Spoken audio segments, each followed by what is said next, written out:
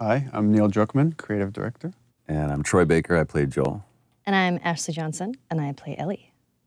So first cinematic here, you'll see as we get to the end, I mean, this opening image, we wanted to match what we did at the end with image of Ellie. Tommy, listen to me. He is the contract. I think it's such an interesting thing to start off with, not only in the past, but also to start off basically. Yeah, that's one of the things we were discussing as we're iterating on this opening sequence, because it used to be, it was all seen through Joel's eyes. But then it became a lot more interesting to think of it as you're seeing it through Sarah's eyes, because Sarah is really kind of, the whole game is about this relationship between Joel and Ellie, but here Sarah kind of embodies what their relationship is going to eventually become. And that was probably one of the hardest roles to cast too, with Sarah. Yeah. There were a lot of people that came in, and I love that this scene was, you know, that was one of the audition scenes. And it was so amazing when Hannah came in that it just, I mean, what you're seeing right now, that was the chemistry, and she was amazing. It's like, kind of like a younger Dakota Fanning. Just, there's an old soul behind those eyes. Yeah, and she could turn it on and off between each take. Yeah, it was crazy. Yeah, she was crazy. She's amazing. It's always a little awkward, right? You have a 12-year-old someone on the set, and you're doing this pretty dark stuff. Especially with the way that we work, too. All right, let's hold off on some of the jokes today, guys. Good. You started helping out with the mortgage then. Yeah, you wish. And this piece of music, actually, we were struggling to find which piece to play here. And then Gustavo wrote this thing for the VGAs just to play before we showed the trailer, and right away I heard it, I was like, that's got to go in the opening. This is the theme kind of like the relationship between Joel and his daughter that later becomes the theme between Joel and Ellie. Hallican Drops, Pelican Drops. the name of the band on her t-shirt. And where did you get that? My daughter came up with that. My 2.5-year-old daughter named one of her dolls that. And we're searching for a name for a band. I'm like, I got a name for a band.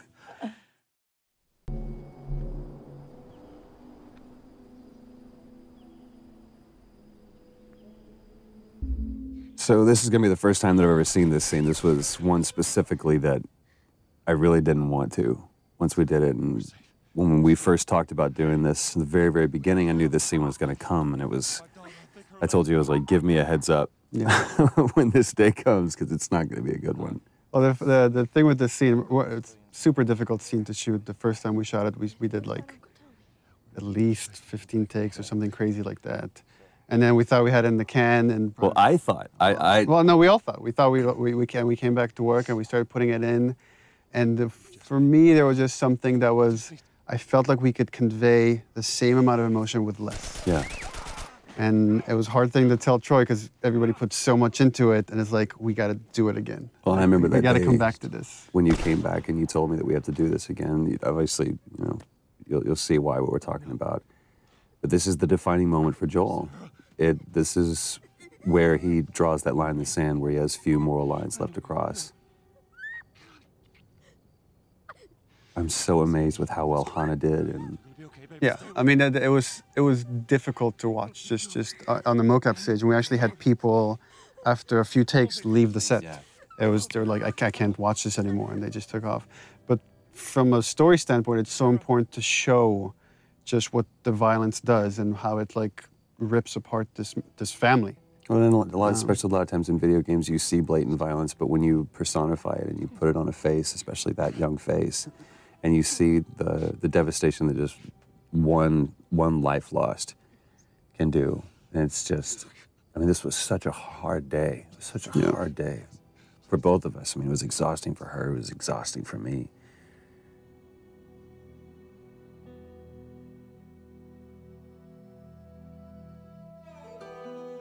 So the opening credits, the thing with the opening, initially we didn't want to do opening credits, we didn't even have the idea for this, but the jump felt too sudden to go from Sarah dying to then 20 years later. And making up. We found that when people watch it in succession, they're not paying attention when we start introducing Tess in the world because they're still recovering from Sarah dying. So we're like, okay, well, let's have this opening sequence that can kind of help bridge the gap.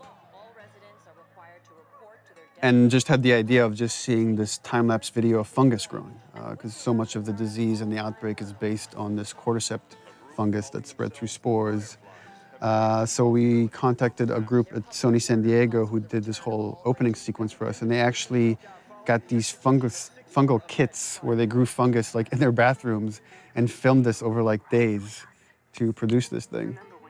So everything you're seeing is actually it's real. It's not CG. It's not. It's all organic. Yeah, except for the spores at the end, which are CG. Everything is real. This whole journey is like a dreamlike state, and you constantly see people waking up. And you see this multiple time with Joel, and it's as if he's like remembering the past. He's always having these bad dreams throughout the game.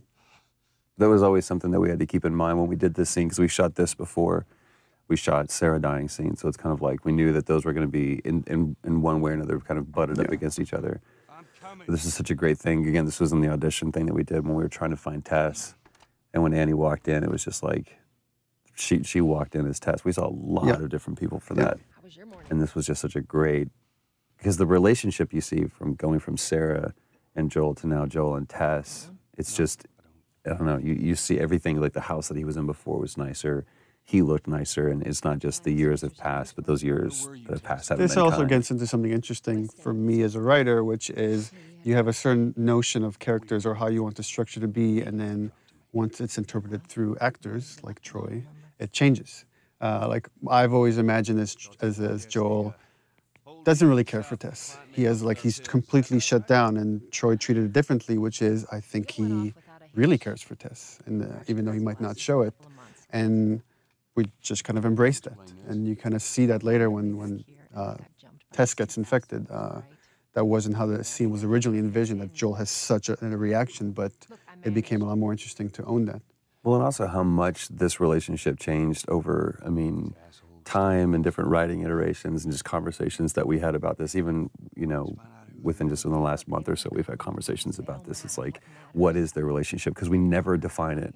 I think anybody else would have put it on the nose, they're lovers or whatever.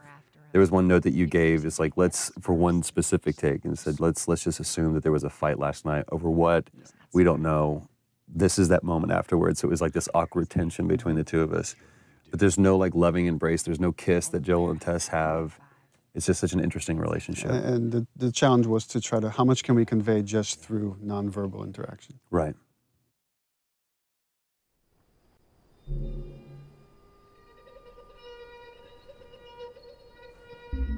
Our first torture scene. And it's with the lovely Robin Atkin Downs, which I was just joking and saying that it's not a Naughty Dog game if Robin isn't getting the shit kicked out of him. He's been in every game since Uncharted 1. We just put him through the ringer on this one. Poor guy. It was important to show just how far Joel has come, from the father you see in the opening sequence to here is a man that is willing to torture someone to just get what is essentially money in this world. Right, but it's interesting because he's not, he's like that brutal enforcer. It's kind of like that scene in LA Confidential where he's Russell Crowe. She's running the show. She's the dominating one, and I'm just brought in to be the muscle. She's the brains of the operation. Yeah, clearly. Stop! Quit your squirming. That's all Robin's expressions too. It's so great. They did such a great job with the facial. Yeah, it's important to note also, all the facial is hand animated. We don't use any facial mocap. We find that we get better results with our animators. And it almost becomes one-to-one. Yeah. It's just genius. Here it is. Wait for it. Give me a week.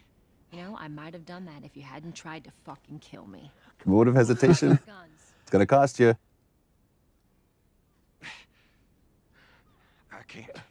We re-edited that. We used to show the break, and actually it was less brutal than when we didn't show it. When you didn't show it? Yeah, when it's left to your imagination, it's a lot worse. Yeah, but just you can see the way that his arm's positioned. But yeah, you're right. This is so revealing, not only about the relationship, but about, again, who Joel has become. To go from a father who just cares about, you know, keeping his nose down and keeping the job and playing by the rules, to being a guy who could just literally break some guy's arm over guns. It's just crazy. Come on. Yeah, fuck those fireflies. Just go get them. She loved doing that scene too. Annie loved that. She tried not to smile every time. And I love it's just business as usual. It's back to it. It's like, all right, so now what? And we're about to meet the very talented Merle Dandridge. Ah, Merle. Now here's something interesting about this. Again, going back to the audition, that process. We saw a bunch of different girls, even girls that we had originally seen for tests. We brought back to see. And they're all really Marlene. good. They're fantastic. And then Merle came in and just. And there was no question. And I wasn't there for that. And Ashley can chime in. Or no. Ashley was part of the audition for Merle. When she came in, it was hands down. Yeah.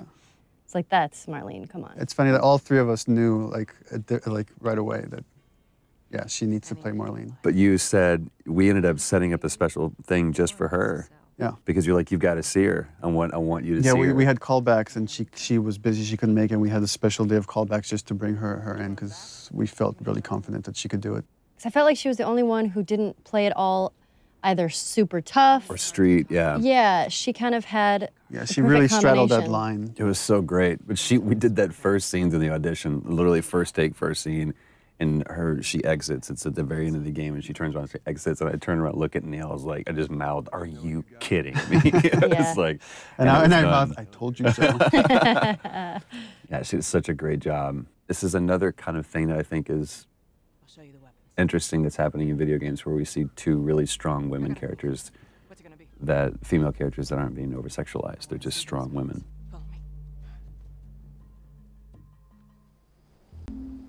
Here we go. Ellie's introduction. Yep. And this stuff is all shot out of sequence. So it's I don't know, maybe you guys can talk about the process of how you get into that state.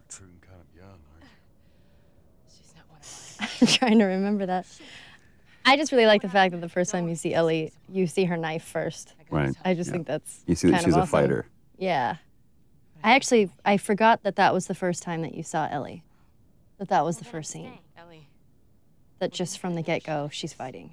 Yeah, but it's not just she's fighting because she really cares for Marlene. That was kind of the crux of this, is that you see these two characters really care for one another.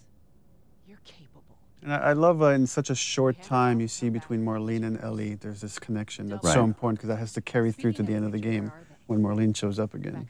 Well, even like just the positioning of the two people. I mean, it's Joel and Tess versus Ellie and Marlene.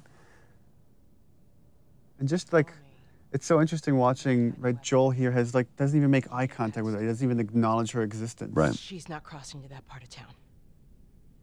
I want Joel to watch over her. Whoa, I don't think that's the best Ellie. idea. Our first fight. Here we go.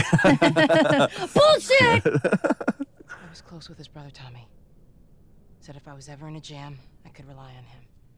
Was that before or after he left? Just reminding the player, like this guy you saw in the beginning, Joel's brother, he's changed too, and he's been involved. Yeah. Just get hints of. There's a falling out between the two of them. And it's just as you go on, you're starting to fill in that 20-year gap. Just cargo, Joel. No more talking. Which is pretty true to your writing too, because I'm like, so what happened here? It's always, what do you think? What do you think happened there? Because I have no idea. I don't have the time to write it. Don't take long. And you, stay close.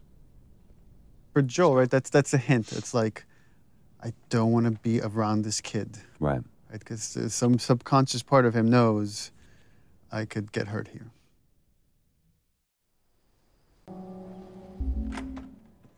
Is it? First moment alone. What does Joel do? Time for bed. Takes a nap. I'm tired. What are you doing? Killing time. I do really like this scene. Well, what am I supposed to do? I am sure you will figure that out. It's a great moment. It's another one of those moments too where it's like, it just feels like Joel is just always exhausted. Like this world is just bearing down on him. But I love that moment too, where she points out the watch, where we get to establish that watch that.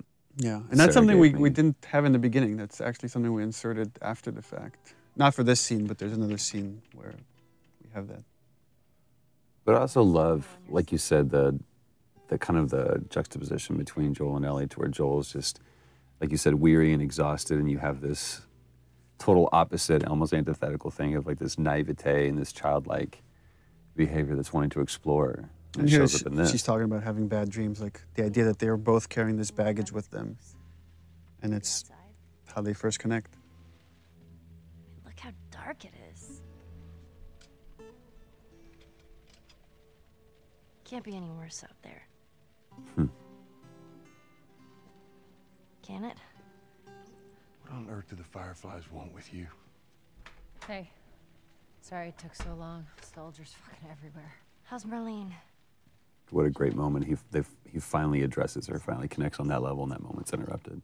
Well, it's also the first time kind of Ellie, if you think about it, opens up to him. She's saying, I'm scared, right? That was the subtext of that question. That's true. Go get some guns.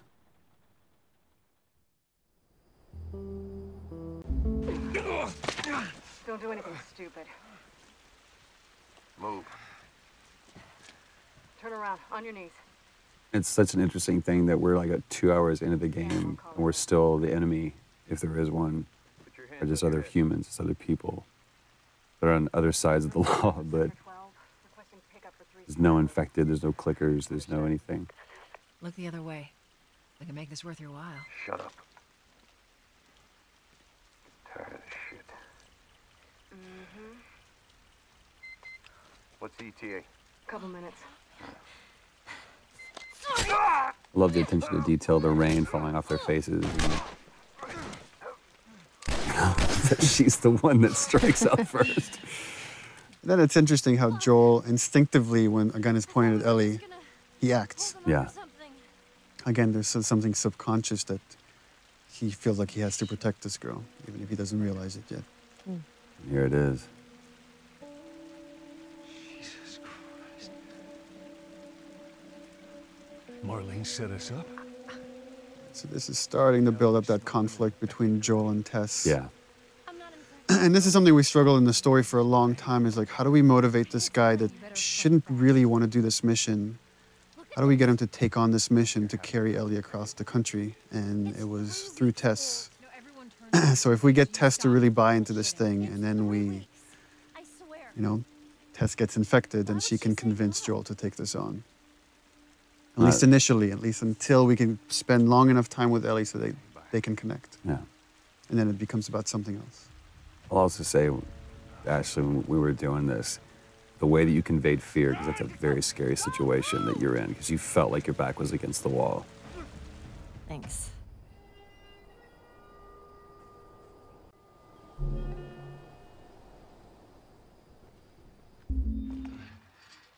Yeah, this is where we really, this is where we kind of show you the difference between Joel and Tess. Yeah, because you're starting to see Tess really kind of buy into this, and you see some hope.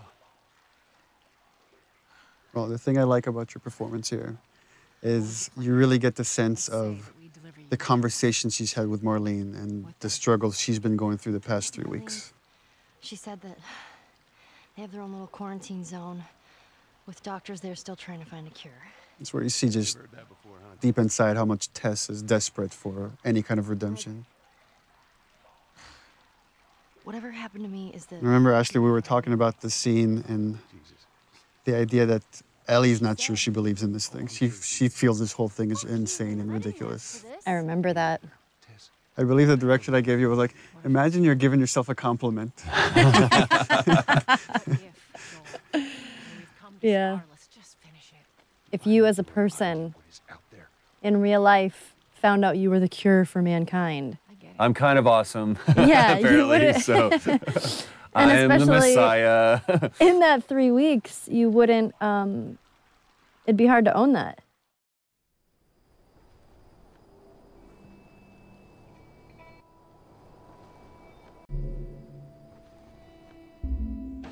All right. Now watch your step as you're going out, because it's going to be a little... Little brat. I love the dynamics of this scene where it's like Tess has this secret, right? She's bitten. She's not telling Joel or anybody yet. Joel here for the first, again, he's connecting. He can't help it. Oh, is that everything you hope It's the first time he's like saying something semi-nice to Ellie. But there's still this layer of cynicism behind it. Can't deny that view. Come on, this way. But he gets taken away by that childlike wonder. And this is something we added after the fact, the watch. The watch wasn't, we didn't have the watch at the time. Yeah. And Joel was just crossing his arms, and I asked the animator to like, oh, could you just flip his wrist and have him look at the watch? Yeah. This moment is reminding him of Sarah. Yes, ma'am. I love that it's almost a warning from Tess to Joel, like kind of like last words. It's like this determination, and you're not sure why. What's Yeah. different now, Tess?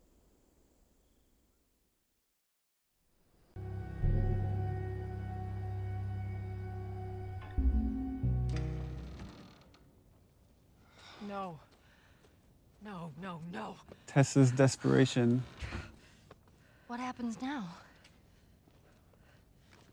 I love, like, and it totally comes across without many words or anything, just through the expressions on Joel's face, which is, I've put up with this long enough. Right. This is over. I've indulged you enough, Where's Tess. this lab of theirs? Oh, she never said. She only mentioned that it was someplace out west. What are we doing here? This is Yeah, not. that calm, pacifying, trying to talk some sense into you. I know that you are smarter than this. Really?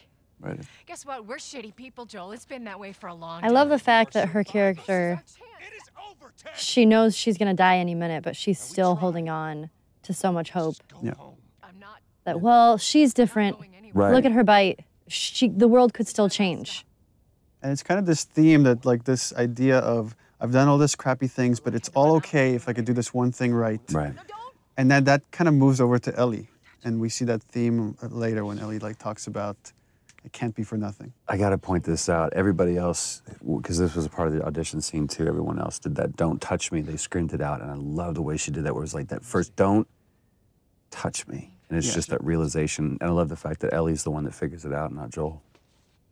Oh, Christ. And again, the back and forth Annie's doing between this freaking badass to such vulnerability and constantly jumping back and forth, and she brought that every take.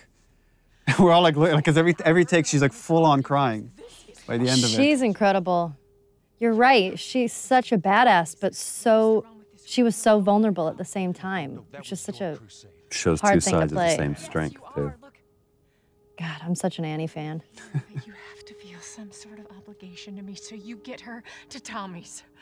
I remember you coming out of a take, and Troy's like, look at me, he's like, you don't understand. You're not right there staring into her eyes. Yeah. I can buy you some time, but you have to run. You want us to just leave you here? Yes. There's no way that. This moment where, like, Joel's like in denial, is like, there's something I could do. They're not even understanding, like, she's gone. She's already gone. There's nothing he could do right now. And also, she is just laser-eyed on Joel doing that, even though she's talking to Ellie. No, just go. This fucking Tess has to snap him out of it. It's like, you know that you have to do it. Ellie. And I believe this is the first time Joel refers to Ellie by her name. I don't think anywhere else in the game he does that. Beforehand. And again, it was important to stay. We stay with Tess, just showing. Here's her emotions finally coming through when Joel is gone.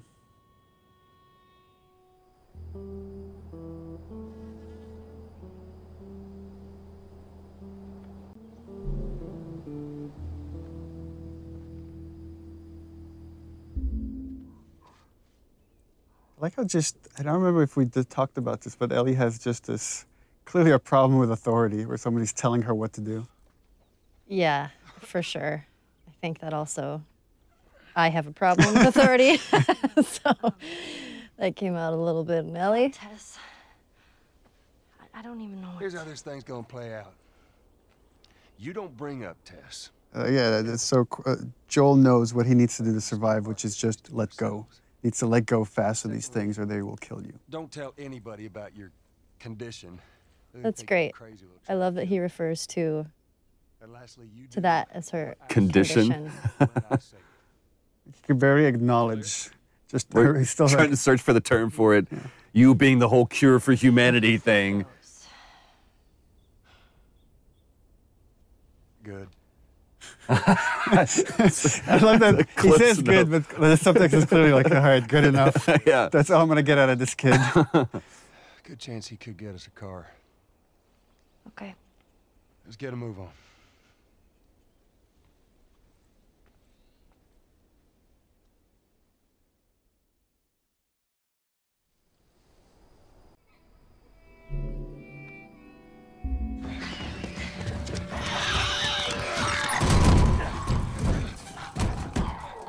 Hey, it's Bill. Lovely Earl Brown.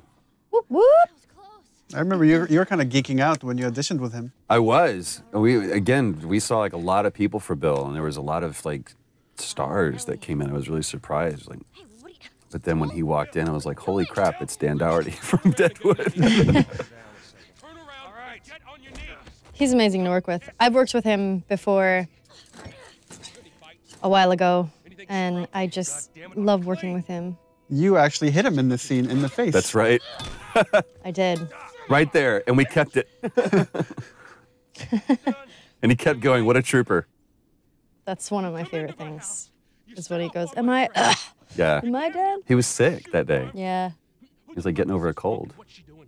I did hit him, and I felt so bad because it was a complete accident. I think I didn't realize my swing was going a lot faster than I thought it was. Of many people that you hit during the shoot of this project. Yeah. Getting into happens. character. Well, I also love this business that he's doing here too. That was something that he completely made up. He's like, you know, working on the sword and. I love this. I need you to shut up. Again, I love this moment. This paternal thing. Like, just shut up, kid. I need to handle this. He's always a dad. Actually, Bill, they are. Well, it don't matter because I don't have a car that works. But there is one in this town. Parts. There are parts in this town. Meaning that you could fix one up.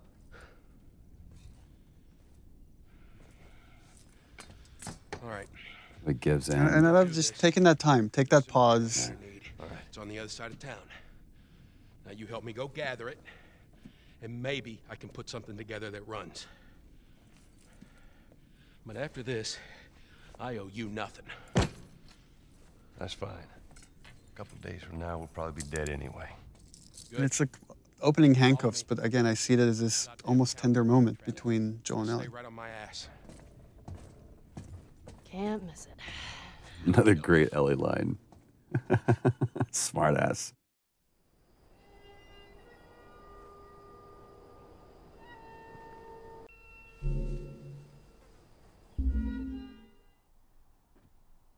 Remember the rehearsal for all these scenes? So we would shoot these things in chunks. So we'd bring like Earl in and Ashley and Troy and just shoot we're going to shoot the whole Bill sequence. And talking to Bill, and he's about to talk about a partner that he's had. We've talked, there was a question I brought up, is like, what kind of partner is this? And Earl asked, is Bill gay? And I said, well, he could be. I mean, it's really up to you. Well, no, you gave the standard response of, what do you think? Because I really want him to own it. I thought he was when I wrote the part, but I really wanted the actor to own it, and he did. I mean, he made that decision to make him a gay character. And again, it's not something we ever explicitly say, except for the magazine that Ellie steals. Right. But again, instead of making that a point in something, it's just a cute little piece of exposition. Well, and from a narrative structural standpoint, what Bill is there to show is, here's what happens when you survive on your own in this world. It's like you're alone and miserable and a little bit crazy, and it's what could happen to Joel if he keeps going down this path of just doing whatever he takes to survive. And also, Bill is there to kind of give Joel the warning, is like, you go down this world, you care for people, you will get hurt. Hey! What'd I say to you when we walked down the steps? And that's where Ellie has stolen a bunch of Bill's stuff. I love that flips him off. God damn it. You keep babysitting long enough and eventually... I love that line of fixing the stupid pile. Because I feel like that's something a kid would say when you're trying to cover, when you're right. Nothing specific. I was just stealing all your stuff. Fix the pencils over here.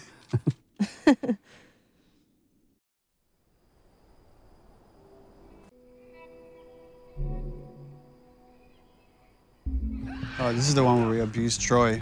And I was like, you have to fly face first into the ground. And he's like, but I should roll. No, fly face first into the ground. Yeah. It was like, well, if I roll this way, then actually, they're like, it looks too ninja when you can't do it. So I literally just had to eat shit time after time again. It's like seeing stars. It was great. Please tell me you're done. Yeah, you guys are acting against nothing. There's nothing there. And something we always had to remember was bring the tension back.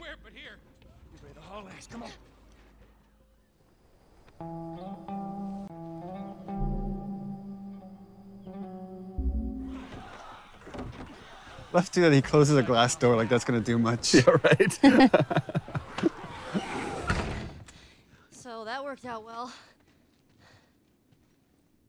Oh, the thing I love here is that, well, that Bill constantly brings up Tess, not knowing that Right. Tess is dead because Joel doesn't want to talk about it. Right. But here it gets to Joel.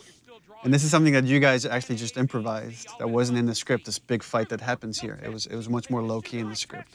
Yeah, once he brings up Tess, that was something we kind of keyed in on. Jesus. What, you know this guy or something? Frank. Who the hell's Frank? He was my partner.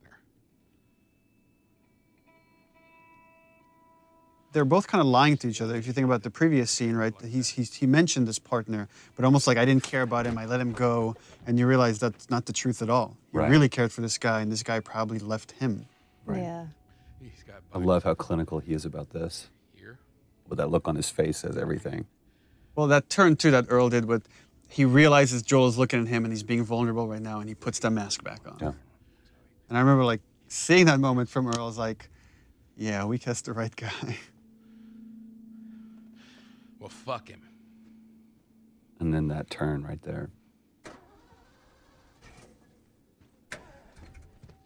Which again is kind of why Bill, what purpose Bill serves in the story, is to show that having those moments of emotion, there's nothing he feels, there's nothing but weakness. Get out. Get out. I love it.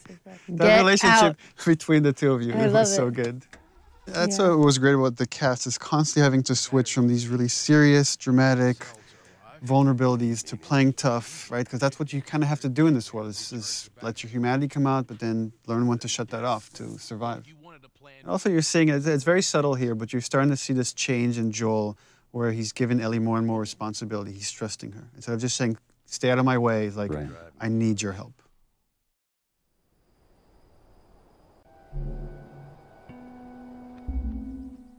This is a good point that, you know, in case people weren't aware of the process. I mean, everyone at this stage, we had such great sets, even though it's kind of rudimentary, but they actually built a truck for us, and we used that truck so many times.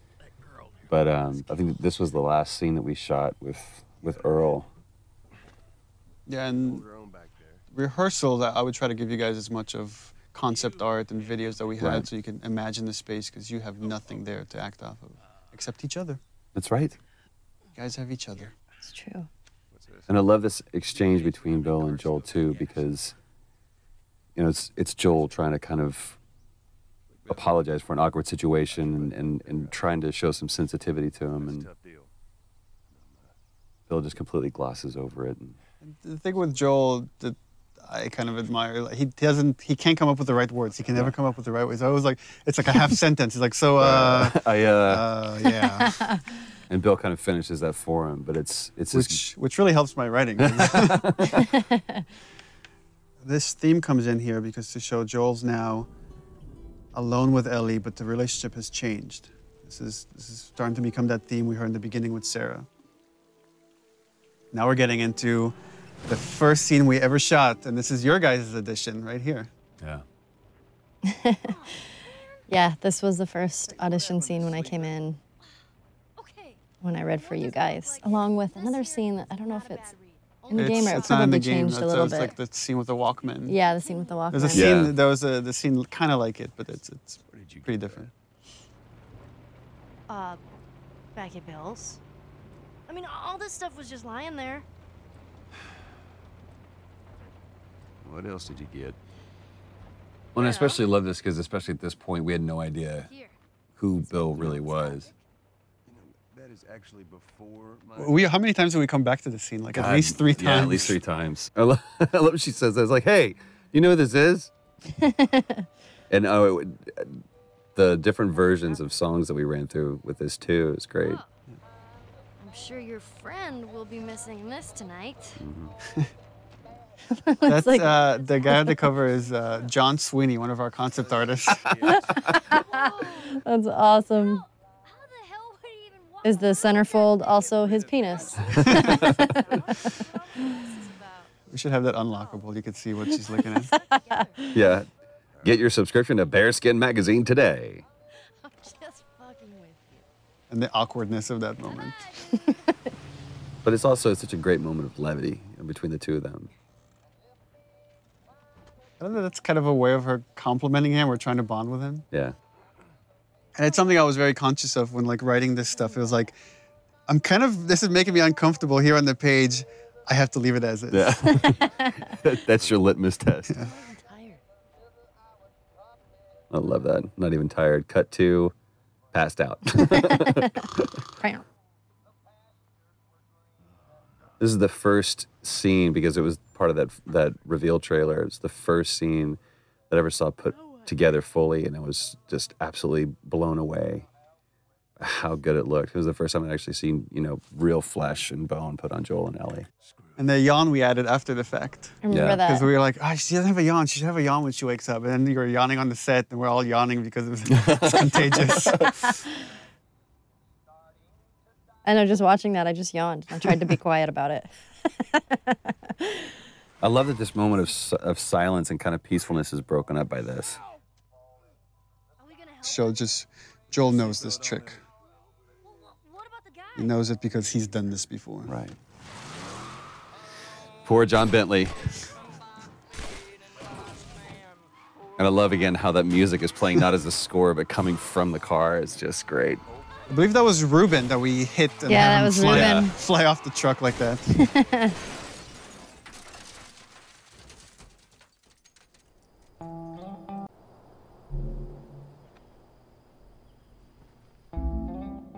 This was also the first really dramatic scene we shot, and it became kind of the touchstone for how the characters should look when they're I feel sick. really pushed. It's so interesting when she's, again, it's this moment of vulnerability when she says, I feel sick, and Joel's, Glad I didn't, right? again, being very didactic and pushing her away. She stands up for herself. This is the first time she stood up for herself. How about, hey, Ellie, I know it wasn't easy, but it was either him or me. And I love that line, Saving my ass. it's either him or me. Anything like that Come for back me, to that. And he can't do it. He can't admit that she saved his life. Lead the way.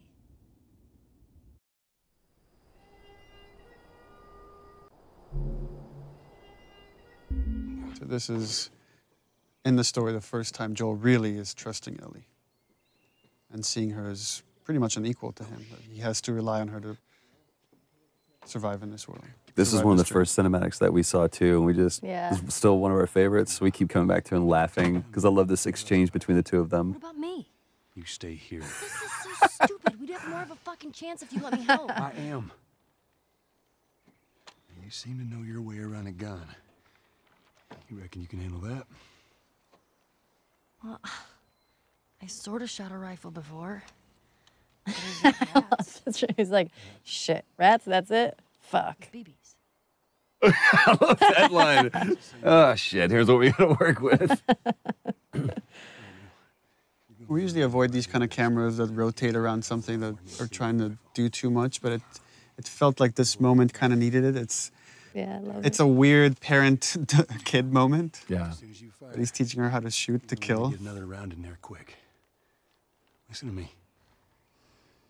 If I get into trouble, There's a really nice, when I watched like Ellie's performance, this balance between she's trying to be a hard ass, but you could see in her eyes she's kind of terrified of the situation. Yeah. But even in this, there's almost a little bit of excitement there, too. Either whether it's about the reality of her killing isn't real, or if it's just, I have an opportunity to make Joel proud.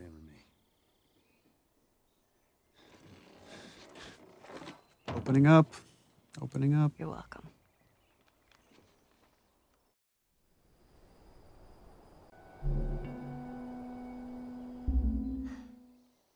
Such an interesting look on your face here, because it's almost like I did good, but then you feel horrified by it. So interesting. It's like, even though Ellie's used to killing, used to seeing this stuff in this world, it was still important to show this is having an effect on her. Right. And you're going to see that kind of carry throughout the game. Well, it also kind of carries over into this moment as well, too, because I realized what I just put her through. I love the way that, we took that away from her. It's like almost gingerly. It's like, give me that. It's like he can't really compliment it because Right. You did Just good. what you Yeah, had, there's no yeah. pat on the back. But then I turn around and I give her this, and it's like you said, there's a sadness to it. Yeah, it's sad that in this world, these are the things that you have to bond over. Like, here's your gun. And that's the reward. Yeah. But that knot of understanding is great.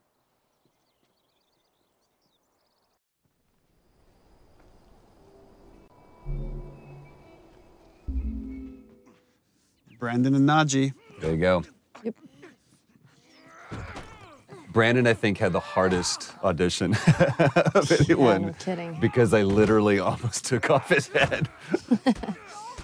Not in this scene, not punching him. That fortunately was done by Ruben Langdon, who can punch way better than I can.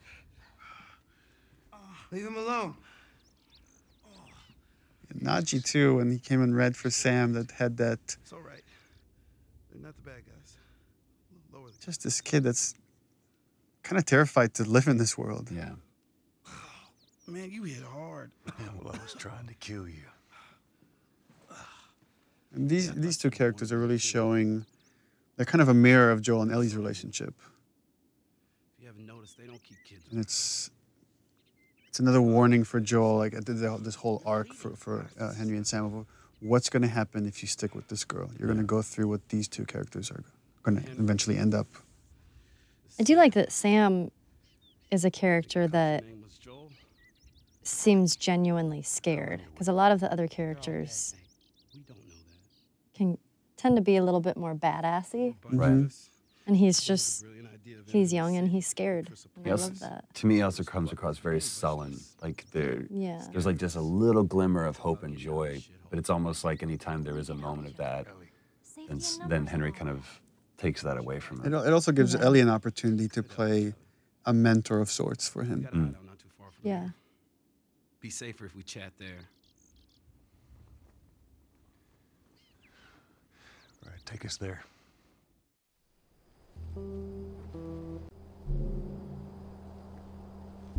Welcome to my office. One thing that I think made Brandon such a great choice for this, and the right choice for this, is this scene about how much he owned it and the pride that he had in showing off this wonderful camp that they had made for themselves, and kind of like trying to impress Joel, and Joel just come, very nonplussed about the whole thing. He's like, oh, good for you. Yeah, you've done this. And relax. We're safe. Well, the interesting thing, the way I read it is like Joel is impressed, but he's not. He's trying not to show it. He's trying to still test this kid. But there's a lot of he sees himself in Henry. Yeah. Very, very much so. And this is, I remember we going back and forth about this because. Oh yeah, because layout changed. Because initially they were going to go through the camp at night, and then we had to change the layout, so we had to go in and re-record these lines. Well, and there's something on the reverse that it doesn't really matter, but when we shot this, the entire time that he was laying out this plan, I was just looking at him. Because I was like, I really care about your plan, kid. I care more about you. It's kind of like poker. You don't play the cards, you play the man. Again, one of those fleeting moments where kids can be kids. She doesn't seem bothered by all this. Such a powerful line. And Joel completely just dismisses it. You guys were actually doing that in the background while we were doing this scene. This was so great. It wasn't like shot separately. I know, we were just fooling around. You guys like, shut up. It just seems like there's a lot of people putting their stock on the Fireflies these days. Yeah, maybe there's a reason for that. So you don't know. I love this standoff, even though it's a sit-off almost between the two of them, where Joel's just pushing him for information just to see where this kid's grounded. Easy. That nod. Yeah, the threat being so subtle, but it's there. Yeah. And that's the other thing, again, that Brandon did with this that everybody else didn't do. They kind of really got in Joel's face, and he didn't. He didn't posture himself that much. It was just like, I'll take care of mine, you take care of yours. And also that he doesn't correct him about your daughter. Mm-hmm. Joel doesn't correct him. He's not, she's not my daughter. You and your girl, you want to join us? It goes down tonight. I guess we best rest up then. And I guess that's the most Joel's going to give him. Yeah. That's all Henry needs. Joel sleeping again. These were my favorite scenes where I just got to sleep.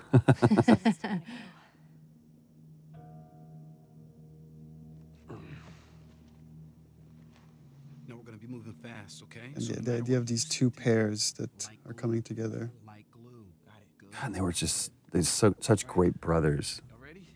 Brandon and Najee did such a great job together.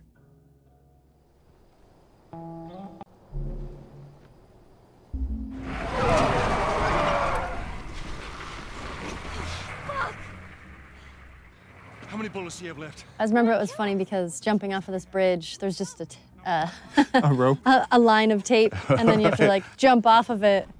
Because we were both stepping over it at first. They're like, no, this is like 50 feet down. I was like, so we got to do a whole thing. It looks ridiculous what we're doing. It's like, with our arms above our head. I know. And this part where you're in the water, we had you on a cart. That's right, and they we were like just pushed wheeling you around. across Yeah. the mocap stage. It was actually pretty violent being on that. It was. It was pretty scary.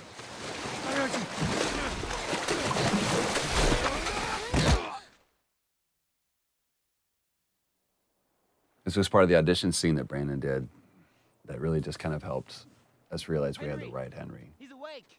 Hey, you. Back to the salesman, it's like, hey, buddy, everything's okay. I Everything's know. all right. I really like that about his character, that he's kind of a salesman. You know, Sam's the one who spotted you. You guys are taking quite a bit of water. What's wrong with you? Henry! Get back, son! Hey. He's pissed, but he's not gonna do anything. You sure about that? Stop! He's confident. He knows he can calm you down, but he needs Sam to stay out of the way. Right, just in case. Yeah. Chance of making it, and you did. But coming back for you meant putting him at risk. Stay back. I think there's already the change there. Joel knows it's true. Yeah. Joel wouldn't have come back for him. I saved you. And even when we were shooting this too, I mean, that's you really get into that moment, and every time that I felt that hand on my shoulder, it's almost like that Hulk moment where you realize, oh, I felt bad for letting you see that part of me, because so far I really haven't, in these moments, let that demon out. I've done what I've had to do, but this is just cold-blooded murder I'm about to do. The thing with Henry, which Brandon really brought to it, which is making light of everything for Sam. Everything is done for Sam. Right. I think he really is intimidated. He is scared in the situation, but he's making light of it so Sam isn't as scared as he is. Because the second that Sam sees that he's scared, Sam will be scared. Silver lining kid. You're gonna be really happy you didn't kill me.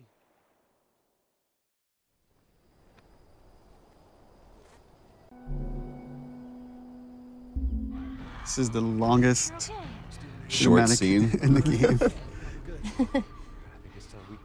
I had to fit that in there. Quit this place from this, since we had it in the first trailer. I can't quit you. I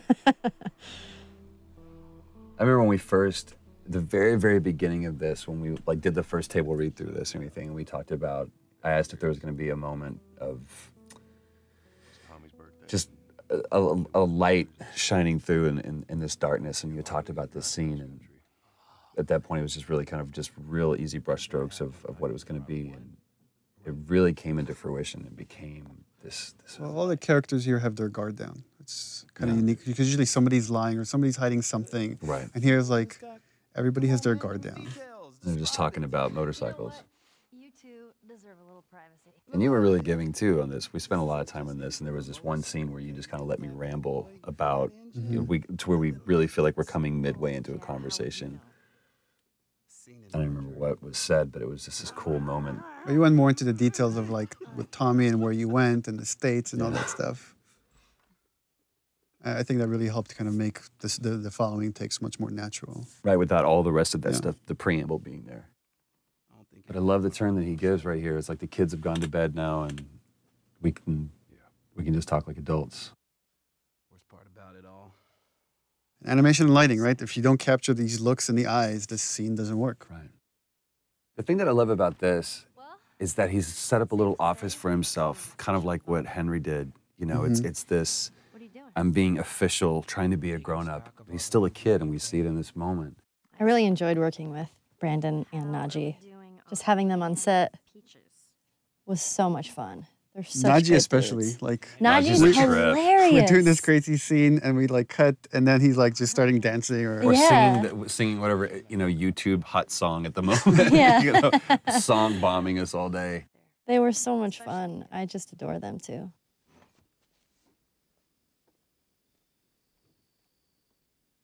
Is everything all right? You got an opportunity to put so much of you into Ellie. That's just because I can't write, so I just listen to Ashley talk and then like, oh, that's a good line. Have a good night. That's giving me way too much credit. How is it that you're never scared? It's like Who says that I'm not? putting up the defense, making joke of it, as Ellie does. Yeah. And then seeing when she needs to, because that's the only way she's going to cheer him up. She's going to open up to him. And also, she kind of throws out that bone, like, Yeah. you know, scorpions are pretty creepy. That's not what I want to talk about. Being by myself. Which again, all this stuff she's saying here plays into what happens later when she finds out Joel's trying to give her up, giving her away to Tommy. Yeah. Those things out there.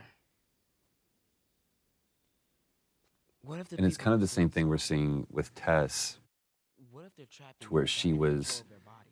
again, she knows what's going on, he knows what's going on, but it's looking externally for some kind of either comfort or hope or answer or something. First of all, we're a team now. And then they just We're gonna help always each come other up out. empty. Second, I guess one thing I'm just thinking about now, which is all the stuff Sam is going through because he's bitten, is not is probably the stuff Ellie went through when she was first bitten, because she thought she was going to Henry turn. says that they've moved And it on, just happens that that she they was were immune. But family. so that's what she kind of, Do you think that's true?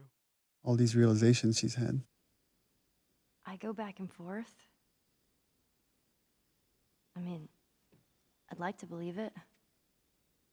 That's a powerful thing for essentially.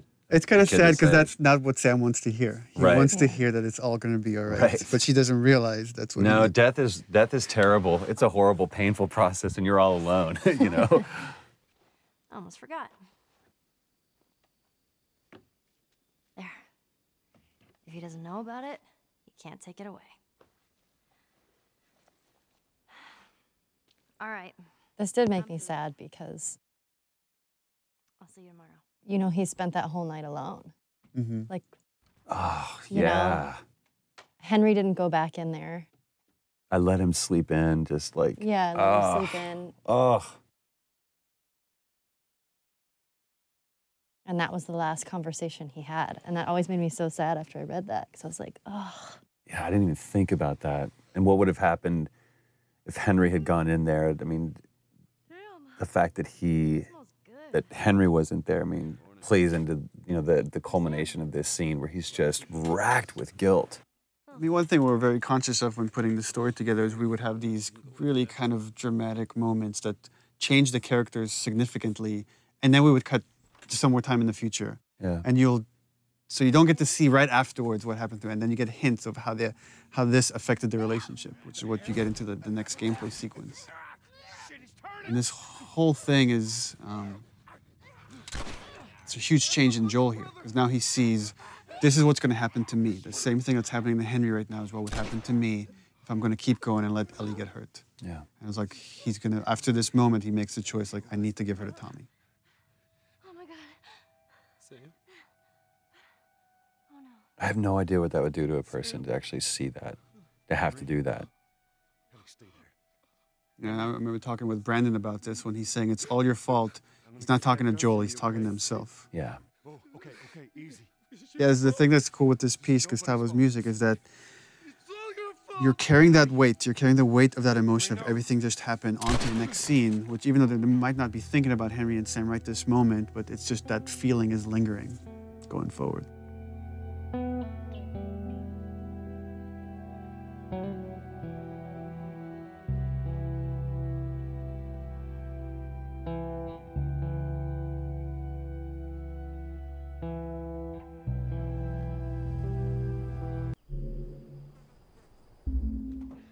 I own that shirt. I'm pretty I sure still think own we it. should sell off our mocap suits for charity. Unwashed. Jeffrey Pierce, Who as the lady says. Ashley Scott. Sorry, Ashley Hart. Oh, yes. Ashley Hart. She was married. Oh, we didn't know the place was occupied. We're just trying to make our way through. Through to where? They're all right. But you know these people? Know him. He's my The goddamn chemistry was so good between The two of you them. and Jeffrey. It was amazing how well, and I mean, Jeffrey's just a few years older than me, but it was interesting playing the older brother to him And yeah, we felt like brothers immediately. It was crazy. Oh, well, Jeffrey came. I mean, we almost cast Jeffrey as Joel. And then once, like months later, we needed to cast Tommy. I was like, oh, well, what's Jeffrey Pierce doing? That's Thanks for not blowing my head off. Would have been embarrassing, considering you're my brother-in-law. And Ashley Scott, she came really close to being cast as Tess. And when we needed Maria, I was like, oh, Ashley Scott. Person.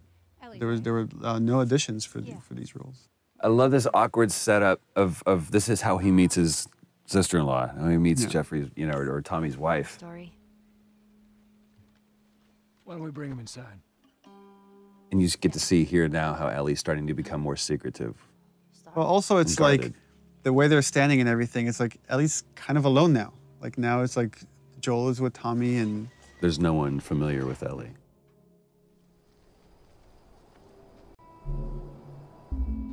It's quite the crew you got here. Yeah, they're good men. This place gives them a second the chance. theme of redemption.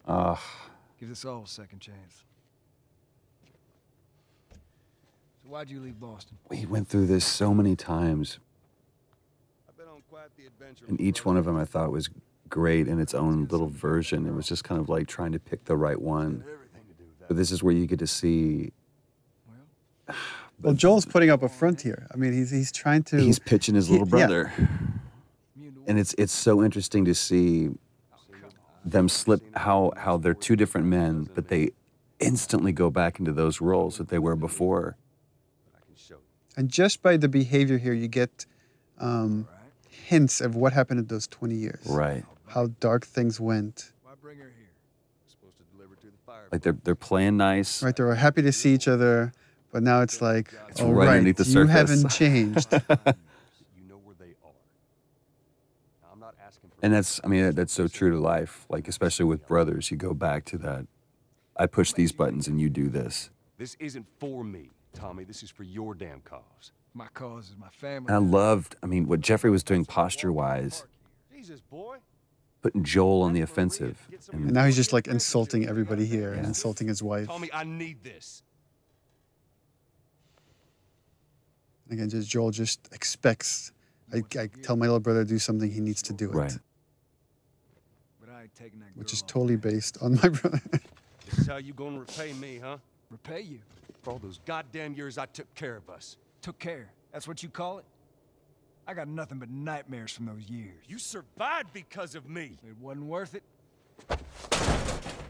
Tommy here, Tommy and Maria shows that even in this world is horrible, you could find peace in it. Right. You could build a community. You don't have to resort to these things that Joel has. That line was a great thing that Jeffrey improv'd on. Put your hands on me again. It's a good Southern phrase.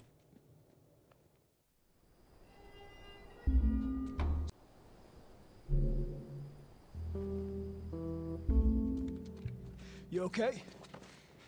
Yeah, I'm fine. Joel! Oh man, they were coming in from every direction. Then Maria was like, "We gotta run." That's where you see Tommy realizes for the first time that Joel really cares for this girl. This isn't just a job. And that's where he has that change, and he's like, oh, crap. I need to talk to you. This is why he's asking me to do this. Absolutely not. You tell him to go find somebody else. And again, it's just such a real moment between a married couple. It's like What's that all about? honor and you know, doing something for selfishness and everything else, that doesn't play in this world anymore.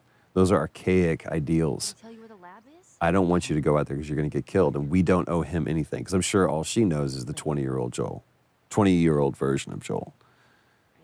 Why would you risk your life for that guy? You hate him, essentially. One fuck up and then I turn into one of those widows, okay? And for Ellie, it's important to show that she could just read Joel. She has this bullshit detector that, just by the way he's answering her questions, she understands exactly what he asked Tommy to do. Maria. Here we go. Love this moment. Here we go. If anything at all happens to him, it's on you. The posture and everything. He knows he's in the wrong. He knows he can't ask Tommy to do this. Yeah. She's thankful, you know. Yeah, I know. I'll take that girl of yours to the Fireflies. You don't have to worry about it. He really cares for you. It's best this way. There's so much more behind it though than that, than just care. It's Tommy showing that he's the bigger man, that he's the better man. He's allowing his brother to be shallow and selfish. I mean, I think he knows what his brother's been through. And he knows why he can't go through that again. Which way? Come on.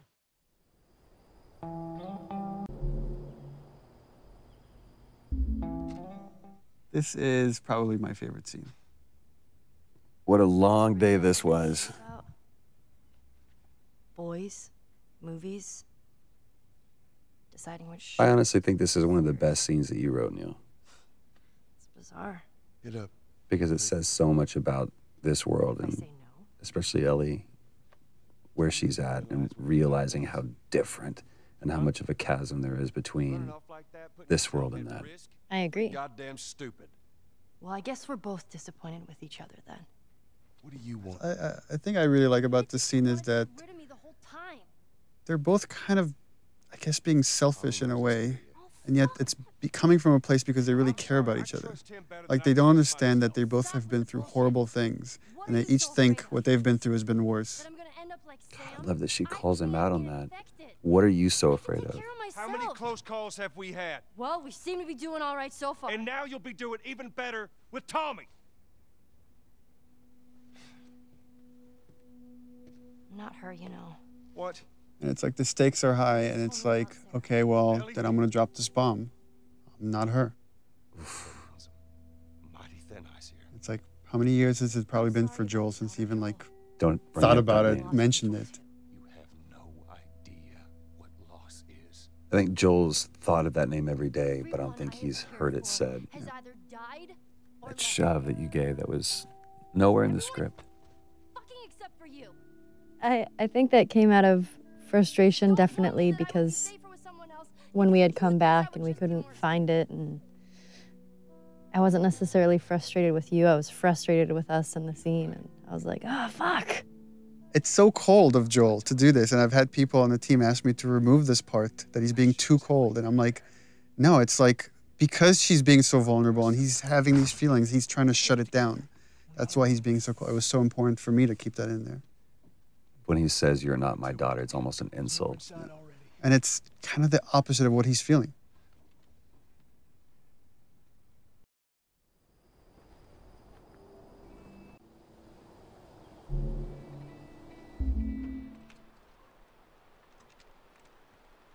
This scene was such a great opportunity to show even just like all these mini arcs with characters. You know, we don't have a lot of time, and we're not gonna, we can only tell Joel and Ellie's story. We can't go into such detail with Bill and Tommy and Tess and Marlene. But you get this great resolution between these brothers because you get the full arc of it in just a short amount of time. It's like the way I approached it is the seed has been planted. Like when she says, I'll just be more scared, that Joel just needs time. And in time, he will change his mind because he doesn't want any, deep down, he doesn't want anything that will hurt Ellie or. So over there, the idea is just this little horse riding montages. That change is brewing. And Gustavo's music doesn't hurt. What's so great about how this plays out is there's really nothing happening but just this passage of time. That used to be a level that you played through. And just during production cuts, we changed it. So it actually worked out better. It just became this idyllic idea that you never fully reach. You just see it from the outside. Where is this lab of theirs? It's all the way out, University of Eastern Colorado. Pointing out this moment that there was probably a time when these two used to watch college football together, you know, and calling out. It's like, hey, go Bighorns, you know, for our college that we made up. I want one of their T-shirts so bad, University East Colorado, because Colorado is such a big state. I don't want her coming after me. Sorry for stealing your horse. Well, come back to town. Let's discuss it at least. You know me, my mind's all made up. University, Eastern Colorado. How do I find this lab? It's in the science building. Looks like a giant mirror. You can't miss it. Again, the idea of offering Joel a place of refuge, a place of redemption. Well, and originally we had some, you know, I think there was a line that I threw in there or something. It was like maybe someday or something. It was just too on the nose. And we ended up saying we don't need that. Yeah. It just needs to be a... The look is enough. Well, and the offer to me is enough. Mm-hmm.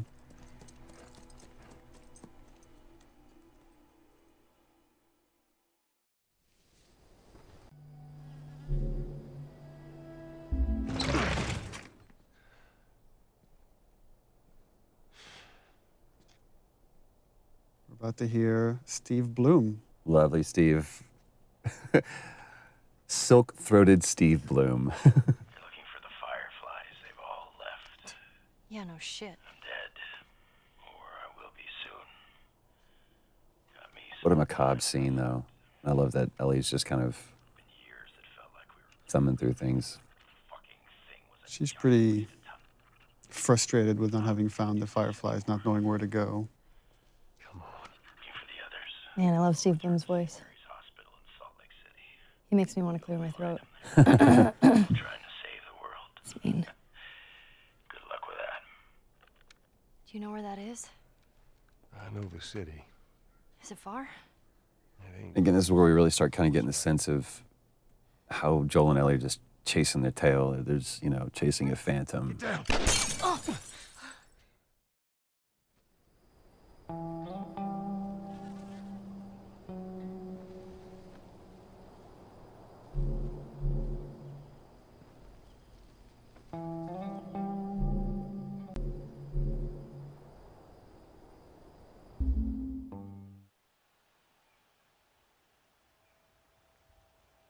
For me, is what I wanted from this is not to overplay it, not to like have Ellie cry or scream or. Shit, Joel. Here. There's probably a lot of panic that happened between this moment and the next. Well, and what You're a great line too. You got to tell me what to do. When almost the entire game she said, "Don't tell me what to do." And here is where we've been lying to everybody when we've been saying you don't play as Ellie. That's right. Yeah. Asked point blank. Do you play as Ellie? No. Nope. I know.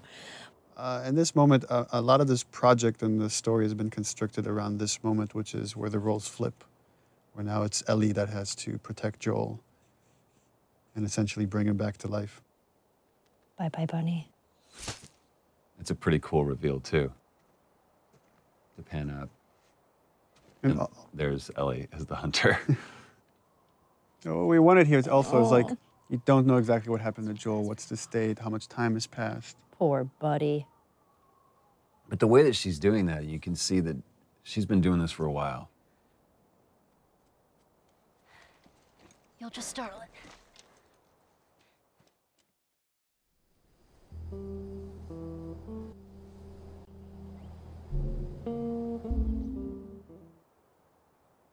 Remember how tired your arms got? Holding that bow stretched. That bow, it was so heavy. And I remember that I was shaking and I was like, hey guys, this is really heavy. There's David. Nolan North. Nolan North, ladies and gentlemen. Ruben Langdon is James. Ruben Langdon, ladies and gentlemen. Sorry. Here's my friend James. Remember, like, I showed Nolan a part of the game early on, and he's like, oh, you gotta get me a part somewhere in there. I'm like, okay, I got something for you. I got a role for you. But I will say this, because I mean, I was on set just for a brief part of this, but that's when I mean, I've always been a fan of Nolan's work, but that's when I was truly awed by him at how he crafted this character. He took what you had and just really brought it to life. Yeah. I told him the most important part is don't play a bad guy. Yeah. This guy's charismatic. We have to believe that people will follow this guy. And that Ellie could trust him. Yeah. Buddy boy can go get it. He comes back with what I need. The deer is all yours. Anyone else shows up... You put one right between my eyes. That's right. It just shows what versatility Nolan really has. Yeah, that voice, I mean... It's so comforting. It is very comforting, but it's interesting now that I'm hearing it, knowing what we went through. I get, it's a little unsettling now, hearing it. 'Cause I'm like, ugh. Back up. It's a weird gameplay thing, but we went through a version where like, okay, she can only carry one long gun at a time, so we have to put the bow on the ground. They're like, no, it's going to be 2 guns. Okay, well, let's put the bow back on her backpack. No, it's she can carry. And we removed the scope. They used to have a scope on it. We're like, oh, we don't want Ellie to have the scope. Bring him with us.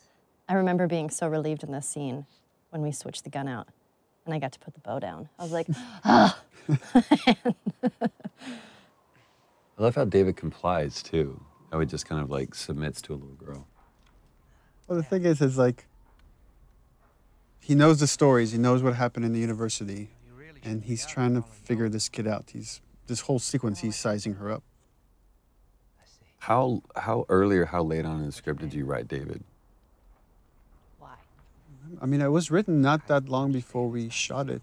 Because remember you it like started out mentioned, from like, a pretty Cannibal small, King. yeah, it was referred as the Cannibal King. We just knew that Ellie was going to run into the worst of mankind and she would persevere and come out on the other side. But then once like Nolan came in and started like putting David together, it was like it became a lot more interesting to make him this really charismatic guy that is just infatuated with Ellie.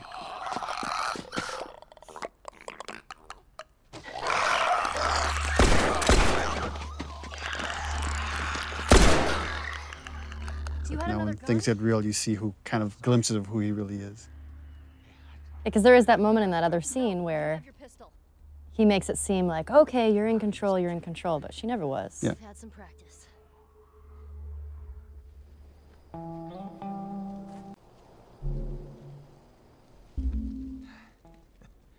Well, you handled yourself pretty nice back there. What's cool about David and the conversation I had with Nolan about him is that he's trying to win Ellie over by being honest with her. And here's the part where he's like, I feel like she's ready. I'm going to kind of reveal myself. No such thing as luck. And I think like I could still get her to come around. Now, you see, I believe that everything happens for a reason.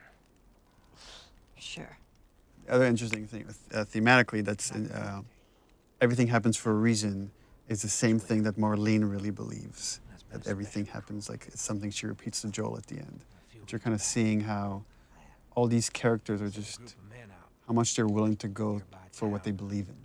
When you talked about like being surprised by your own writing, was that a moment like that, or was that something that you had intentionally done to where those characters were going to? No, I think it's just something you think about, and there's a theme that just kind of sticks around in the project, and then characters end up talking about that stuff because you're thinking about it all the time. Traveling with a little girl. You see, everything happens for a reason. Again, another one of those moments where you think Ellie's got control. Don't get upset. It's not your fault. Yeah, and then James there. I'm just a kid. I love that. James, lower the gun. No way, David. I'm not gonna let her go. It was such a small role, but I really like what Ruben added there. And that the dynamics between James and David, how there's conflict between these two characters, but there's still respect, and he's still listening to David, even though he's questioning his leadership right there. No, that's not your concern. Part of me, the way I read that was every time James looked at David, it was like, who the fuck are you right now? What are you doing? Yeah. Like, he was putting on a show and he saw it. Oh, thanks. To me, it's interesting how David almost treats Ellie like quarry. Like, you know, you're a sport. Yeah. Again, Ellie having this kind of bullshit detector, you see her scared here because I think she realizes there's something really wrong with these guys. I don't know what. I just need to get away.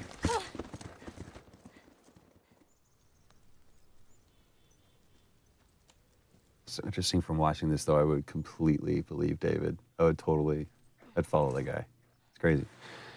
It's because you're a cannibal. This little moment, this breath before going to see what's downstairs. And again, for players, it would have been like a while now since they've seen Joel. Joel? Once again, Joel's asleep. I only managed to get a little bit of food. I love how these roles have switched too, where now it's, you know, the protected taking care of the protector. Move your arm. It used to be open, and then we were like, oh, we should probably stitch that up. It was also on the other side. We had to come back and reshoot it too. Oh, continuity.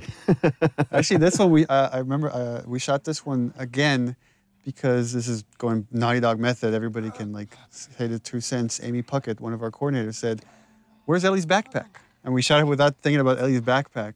And it was like, oh, we should bring it back in and use it as a pillow. Right. It's like such a cool little touch. You're gonna make it. Yeah, those shivering things was pretty cool. Yeah. It's a towel thing, right? Let's see, you did that. Well, yeah. I mean, he obviously he animated it, but a great moment of them falling asleep next to each other too. Again, her watching over him.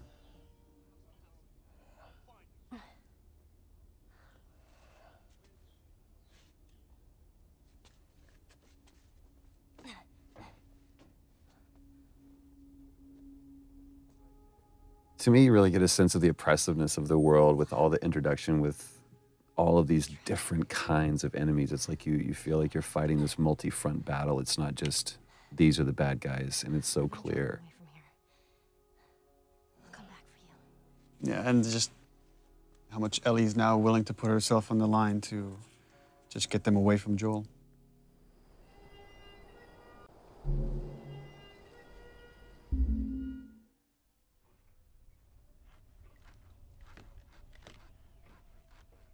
Wakey, wakey. It's interesting how much audio has made all of this way creepier. We were watching it without audio. It's like the Foley of what he's cutting up and back and stuff. Yeah. Ugh. Time to eat. And that's the first time you actually see what it is, that you've heard them refer to it. No, actually, this is the first time you just see it, and it's again, I really wanted to downplay the whole cannibalism thing. It's just something they have to do. Super. He comes to bring her a tray of food. This was so cool to watch when you guys were doing the scene. It's just like this battle of the wills where he's just trying to like get in her head, and she will not let him. She won't give in. Yeah, this was one of my favorite scenes to shoot because some human helping on the side. There's just so much there. I mean, the cannibalism and then him being all like rapey and molesty. Like, I don't know. I'm a fan of the dark stuff, which you know. So when I read it, I was like, yes. Which makes me sound like an awful person, which I am. So I don't know what that says about me that I wrote this. I know. I remember that night that I went home, I was just in a funky mood. We have to take care of our own by any means necessary. It was like it was a cooler thing to read about it than actually having to go in there. It was really hard to do. Yeah. You're gonna chop me up into tiny pieces. See, again, I see David being this very gracious person. I mean, everything he's saying is kind of true. It's like, you kill to survive, we kill to survive. It's just what you do in this world. But again, Ellie just is feeling there's something else here. I still don't look at David as a bad guy at this point. Yeah. Well, that's what too is like you were talking to me before we got this whole David thing, and it's like, you want to work with Nolan North? I want to do a scene with Nolan North. I want to do this. And I'm like, oh, we cast Nolan North. Like, great. I'm like, but you don't act with him at all. Jeez. Yeah, I feel super lucky I got to work with him because he's the king. He's so fun to work with. I mean, he really owned it. He threw himself into it, like darkness and all. And again, talking to him about it, he's like, I don't see him as dark. This is just what he wants. That's it. I think David believes his own line of bullshit. Or whether it's bullshit or not, I think David believes that he actually is doing the right thing. I mean, that's the other thing we discussed with Nolan is like there's a religious part to David, even though I never wanted that to come out in the script. But he really kind of believes that he's been sent here and he has this destiny that nothing can really harm him. I supposed to tell the others now? And you really took that on the chin that day, too. Man, this whole sequence with David, I was so beat up and bruised. I remember you came back the following day with bruises. I was like, guys, look at me. I had bruises We're like, everywhere. oh, that looks bad, but we're making a game now. Yeah. I love that you made it the little girl that broke your fucking finger. Yeah. That was a good call, Neil. Well, he calls her stupid little girl, so she throws it back in his face.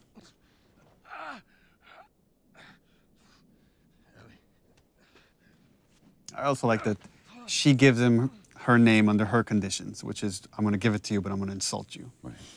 I also like the fact that Ellie is still so strong that even though she's in that cage, she's still kind of in control. Yeah. But it's a much stronger, that's a different strength than you'd shown anywhere else in the game before. It's like that winter was a really, really hard winter for you.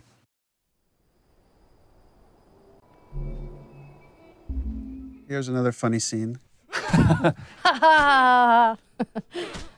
Well, and you're wrong. I did get to actually act with Nolan in this. Nolan was a trooper and let me torture him. Although we did record over his lines with Liam O'Brien. That's right, the lovely Lob. The lovely Liam O'Brien. This actually is my favorite scene in the game. Is it really? And it, after I saw you guys shoot it, and then when I saw the animation and everything, I was like, I just love the scene. What is it about it you love so much? I love that Joel is just quietly violent. Mm. And that you pop off the guy's This is his kneecap. job, right? This is what he's good at. Yeah. And it's also for me, and we talked about this, it's like Joel going back to this, like, all right, you want this guy? I'll be this guy. We've spent almost the entire game for him to stay away from being that guy, but in this, and it's like, I still know it's like how we're to going fuck you back up. to the moment in the beginning we saw him with Robert and Tess. Yeah. This is what he does. This is what he's done in this world. Yeah, it's a no-brainer. He's good at it. Chokes him out and breaks his neck right there. All for the benefit of that guy. And it's like, if there's any like notion that someone has hurt Ellie, then I'm gonna make every single one of you guys pay. Yeah. That's all right. I believe him. No, wait! And actually, this is the scene where I think he got beat up the most. Yeah. Where you did? Yo, yeah. Yeah. I had bruises over my whole entire body. It was ridiculous.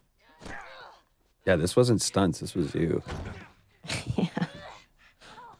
I warned you.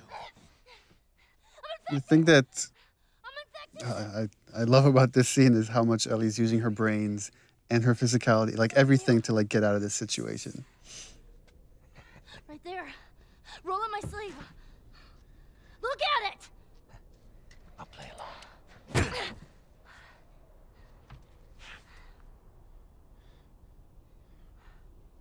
What'd you say? Ruben helped so much during this part because choreographing sort of all of the little movements were so particular. And I think everybody sort of knew at this point that I kept hurting people. So Ruben was like, you have to give her the foam knife because she will hit me.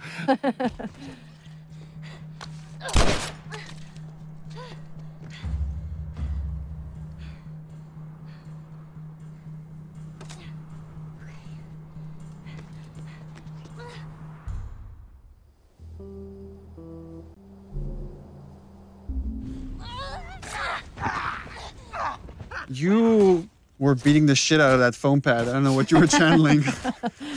I have a lot of anger. Stop! Stop! Fucking touch me! It's okay. It's me. It's me. We did very few takes of this. This was like maybe 3 takes. Yeah. He tried to... I just felt like so intense with each one. It was like, yeah, we got it. That's enough. It's the first time that, you know, Ellie and Joel, like, embraces that physical contact. Yeah. And it's such a great choice, I think, for you to, the dialogue wasn't important. Yeah, it was just a gesture. So it was like, just let the music take over. And it's the same theme from when, you know, his daughter dies.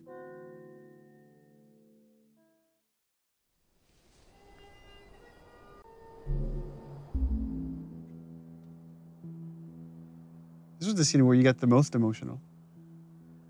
You almost cried in this scene. Oh, that's right.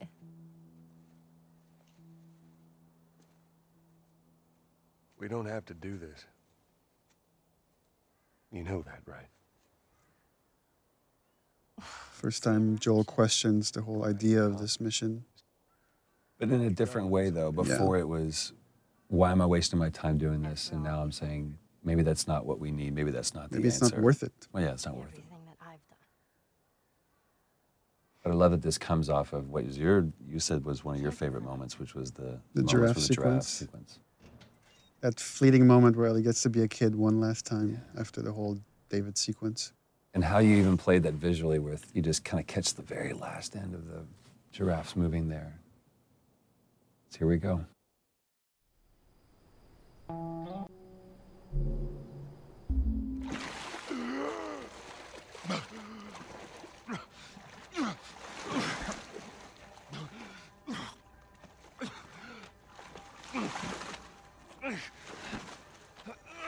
Oh, Ellie's dead. And I'm sure it was such an intentional thing to call back to the very beginning, to where Joel finds himself in this situation again, and after everything that we've been through, it's like I won't go through this. And Hands in the air. just again that irrational, maddening, desperate calling for help. I need. From this point forward, it's like the beginning backwards. Where if this is the point Sarah dies, like now you're about to do the Carrie sequence. Yeah.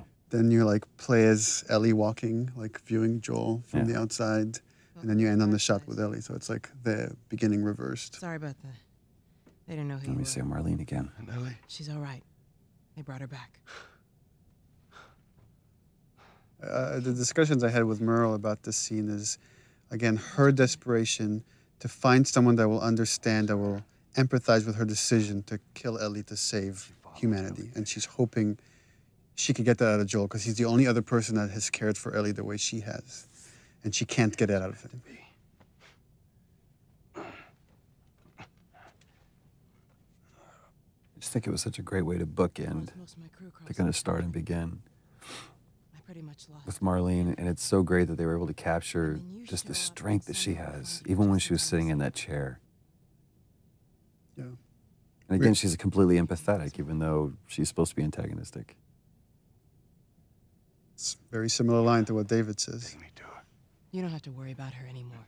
We'll take care of her. I worry. Just let me see her, please. You can't.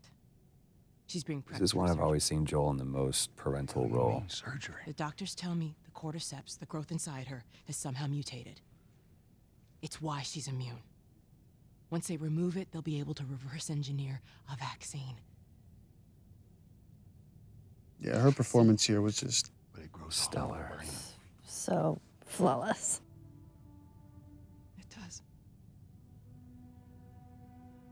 I remember talking with the music guys that were putting a lot of Gustavo's music in, and the first few passes were, there was this dark music that was playing here once Marlene reveals that Ellie's gonna die. And I was like, we can't play Marlene as bad because she's not bad. She's not. I mean, she's trying to save everybody. I knew her since she was born. And if anything, I told him, was like, you can go dark with Joel. Because again, when Ellie's life is on the line, Ellie's in danger, he lets himself slip back into the murderer, the killer, however you want to view it.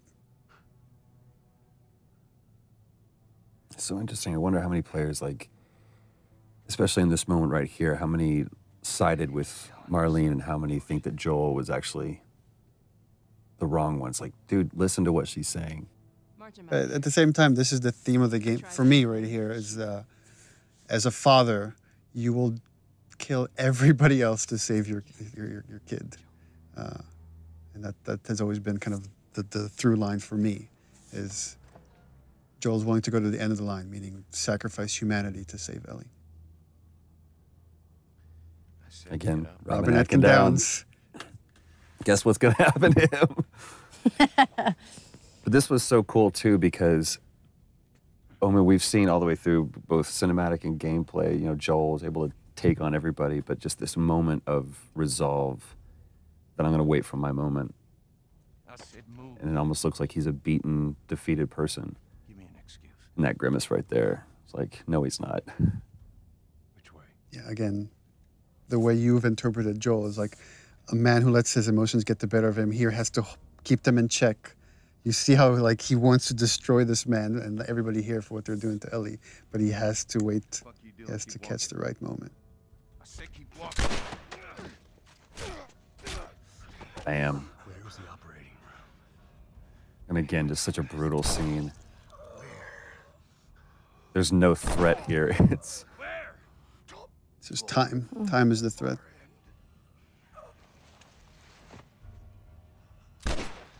Now I'll let you die.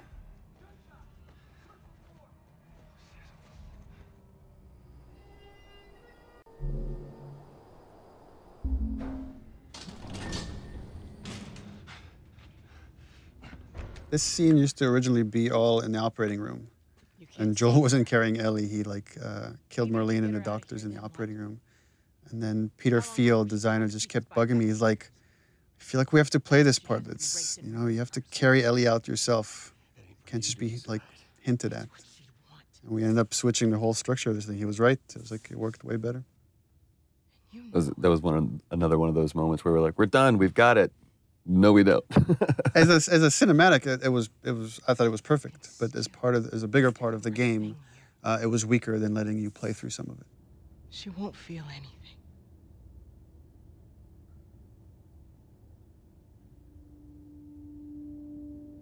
Again, the only hesitation Joel has is that this is what Ellie wants. And it's such a great decision to show, just cut to this. Give the audience, the player, just one last moment of, well, what did he choose? Just to sit in that decision. It was also important to show the lie against the reality because the lie has so much weight here at the end. Throughout the game, Joel has never lied to Ellie. He might have disagreed or he might have dismissed her, but he's never outright lied to her. What happened? And for me, this was the moment I decided to lie. We found the fireflies.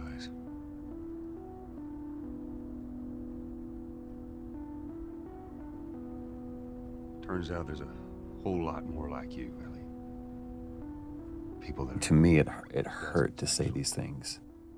Ain't done a damn bit of good neither. Because once Ellie started believing that I actually had something, that I was someone, you're basically telling Ellie, you're not special, you're not important, and everything you've done was for nothing. I'm taking us home. Yeah, in the first few versions of the scenes, there's like Ellie had all these questions like, what happened? Why? Who was there? Why would they let you take me out with the gown still on? And it just was better if she said nothing and she just turned her back to him. And again, just to show how far Joel's willing to go to remove any threat for Ellie. I mean, we had talked about this before where, you know, she obviously has that bullshit detector. Mm-hmm. Let me go. And I just felt like I knew you were lying. You know, I feel like Ellie knows you're lying.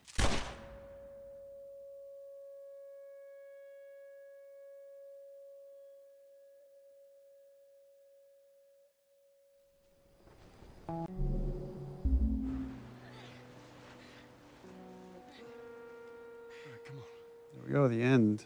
So, original ending for this, way back when we put the outline for the story together, is that Ellie believed the lie and they went off to Tommy's, and it was kind of like this wide tracking shot as you see them kind of getting smaller and smaller walking off to Tommy's.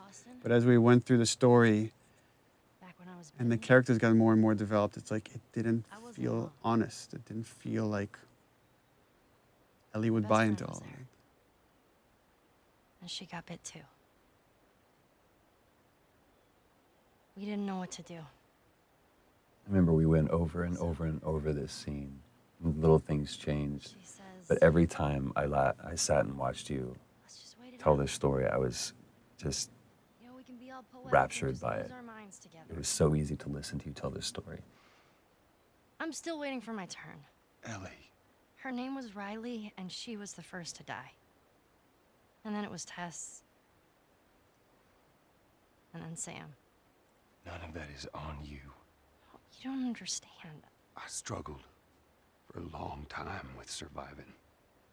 And you, no matter what,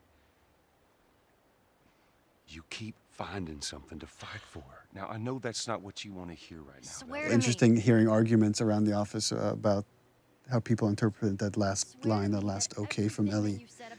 Whether it's, okay, I believe you, or okay, I could put this behind us, or okay, I don't trust you anymore and it's over.